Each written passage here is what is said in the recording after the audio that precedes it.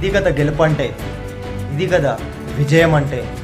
నిజంగా ఈరోజు ఒక కానిస్టేబుల్ అక్క నిజంగా మన దేశంలో 4 కోట్ల ప్రజల మనసుని, హృదయాల్ని గెలుచుకుంది. ఈరోజు 4 కోట్ల ప్రజలు తనకి సెల్యూట్ అనేలా చేసిన మన కానిస్టేబుల్ అక్క తన మాటల్లో ఒక్కసారి మనం విందాం. ఆ రోజు నైట్ నేను అక్కడ 2 hours ఉండిపోయానండి. అంటే నేను ఇంటికి వెళ్ళవలసిన టైం కంటే ఎక్కువే ఉన్నాను. అది బాబు నాతో ఉండిపోయాడు. ఆయన ఫోన్ చేసినా నేను లిఫ్ట్ చేయలేదు. ఆయన నా లొకేషన్ ఎక్కడ ఉందో ట్రేస్ చేసి 2 hours అక్కడ ఉండిపోయిందని కంగారు పడిపోయి నాకు ఫోన్ చేస్తానే ఉన్నారు. నేను బిజీగా ఉన్నానని కట్ చేస్తూనే ఉన్నాను. ఆ తర్వాత చెప్పాను ఇలా అంటే ఆయన ఒకటే అన్నారు, అంబులెన్స్ లో ఉన్న వాళ్ళు ఎవరో తెలుసుకున్నావా, వాళ్ళకి ఎలా ఉందో ఒకసారి తెలుసుకోవాల్సింది అన్నారండి.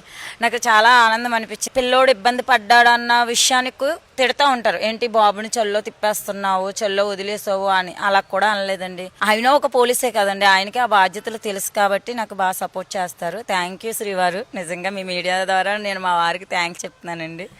థ్యాంక్ యూ వెరీ మచ్ అండి. నిజంగా అక్క, మీరు చేసిన ఈ పనిని నేను నా దేశంలో గర్వంగా చెప్పుకుంటాను.